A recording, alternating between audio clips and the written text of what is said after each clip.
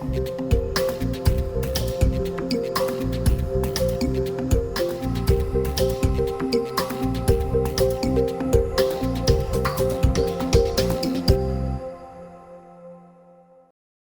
going to tell you a story about trust and finding your place in the world. I used to think that the relationship between a person and their dog centered around being their leader and teaching them to navigate the human world.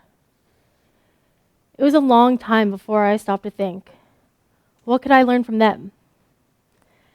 And then I met Jack, this incredibly intelligent cattle dog. He opened my eyes to how much I can learn from dogs.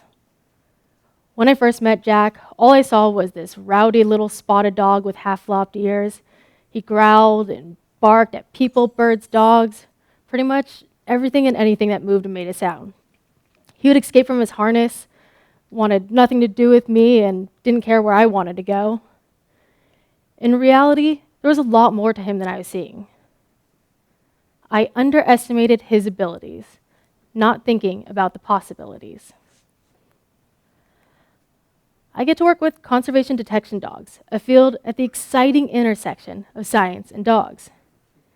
These dogs locate scat, carcasses, live animals, toxins, all sorts of things that researchers are then able to use to better understand wildlife and aid in conservation and environmental efforts. It's an amazing tool for when you have something that you want to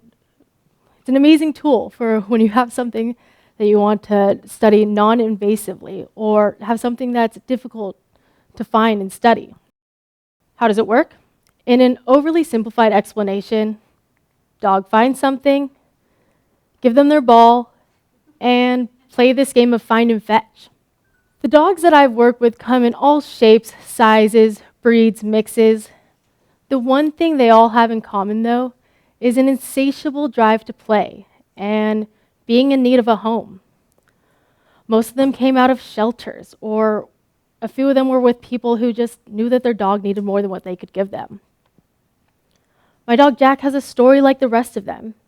In and out of a shelter, labeled with undesirable traits like aggressive, destructive, hard to work with, doesn't listen, and just does not make a good pet. When in reality, all he needed was for someone to give him a chance. He needed to find where he belonged. And that's something that we can all relate to, finding what we're good at, where we belong. I, for one, never envisioned myself having the love for science that I do now. Growing up, I struggled in school, was either too embarrassed or didn't care enough to ask for help. I even had to repeat high school biology in order to graduate. It wasn't until I got my first field project working outside that I realized science could be fun, engaging all of my senses. When I was out there, finally hiking around, collecting data that I was actually interested, I finally found the direction I wanted to go. I transferred from community college to UC Berkeley, got a science degree in conservation, and made my way into the detection dog field. I grew up right here in the San Francisco Bay Area. I didn't travel much. I didn't go away for college unless you count commuting across the Bay Bridge. But here I was, packing up my life, making plans to move up to Washington State where I wouldn't know anybody and start a job unlike anything I had ever done before. I was nervous, I felt unprepared, and that there was a big chance I'd find myself in over my head and returning to my predictable life in the city. My first few days up there, I meet Jack.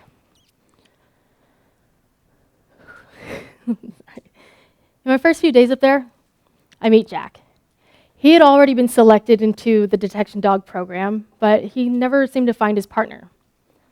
The first time I did a practice search with him, I felt like a complete failure. He took off in a run, wanted nothing to do with me. There was no teamwork, just me trying to keep up with the dog, bounding all over the forest, not finding the samples we were supposed to. I remember thinking, I really hope I don't get paired up with him. And then, of course, his person ends up to be me. For our first study, we were assigned to locate scats of wolves. Which is pretty awesome. But I was really worried that I wouldn't be able to figure out how to make it work with this dog that had a bad reputation. However, when we finally get out there for the real thing and it's just us alone in the forest looking for scats, everything changed. He needed the room to roam, to not be bored. All of those naughty behaviors fell to the wayside.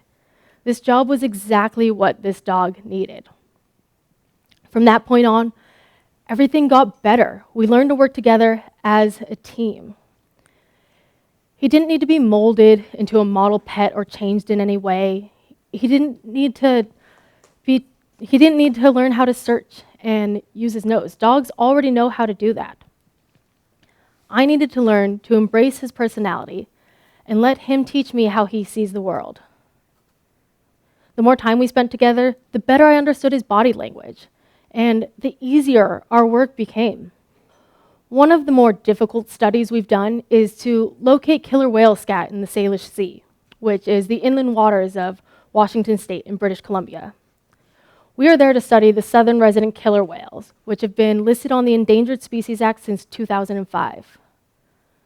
The whales are decreasing due to a lack of Chinook salmon, their main food source, increased boat traffic, and harmful toxicants polluting their home. Having a biological sample can give you an abundance of information. It can tell you what an animal is eating, what their toxicant levels are. You can look at their hormones to determine stress or reproductive status. You can extract DNA to get an individual ID, genotype them, track their lineage. All this information aids in their conservation, but traditional monitoring methods like tissue biopsies or blood samples are really invasive, and you don't want to add any additional stress to an already dwindling population. So this is a great way to use a human-dog team and the information that you can pull from SCAT. However, working out on the water comes with its own set of difficulties. The boat can be choppy, making us both a little nauseous. There's a bright glare across the water, and the sample would more often than not be broken up into little tiny pieces, only floating for a limited amount of time. On top of that, Jack and I were used to using our legs to get around. Now we're constrained to the bow of a boat, having to rely on our teamwork and communication more than ever. I learned to watch out for little twitches in his ears, the tightness of his mouth, the intensity in his eyes, and the subtle ways he would move his nose. I'd have to stay deeply focused on what he was trying to tell me, and then communicate to the captain where to drive the boat, using nothing but hand signals. We got it down to being able to communicate hard turns, little adjustments, speed, when we need to circle back, all from body language. I could tell when we were getting close to finally having that sample within reach.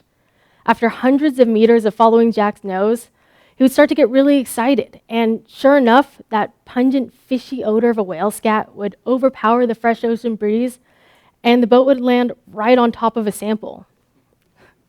Finding a scat was so special and celebrated that even onlooking whale watch boats would radio us to ask if we had found something, and we could hear them cheering us on from across the water.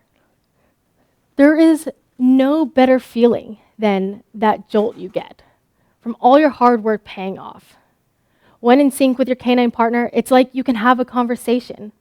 I can glance at or lean towards something that I want Jack to go check out, and he'll just cast his nose in a direction, and I'll start walking that way. We can work off of trust and our understanding of one another. When Jack hits on something, I can tell when he's 100% sure, when he needs a little reassurance, or when he's just guessing and trying to get his ball. It comes down to that level of experience that we have working with one another.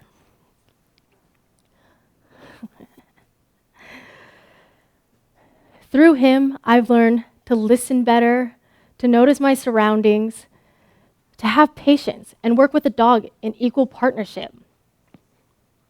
I became comfortable out in the wilderness, brave enough to travel alone, confident in my ability to navigate the landscape and conduct research. All thanks to this once misunderstood little shelter dog. Jack is now retired, but he continues to be my inspiration and teach me. I share a story to honor him and hopefully open other people's eyes to the possibilities when we stop and listen to our dogs, respect them as the intelligent and communicative beings that they are. Because Jack isn't just my dog. He gave me a purpose and helped me find where I belong.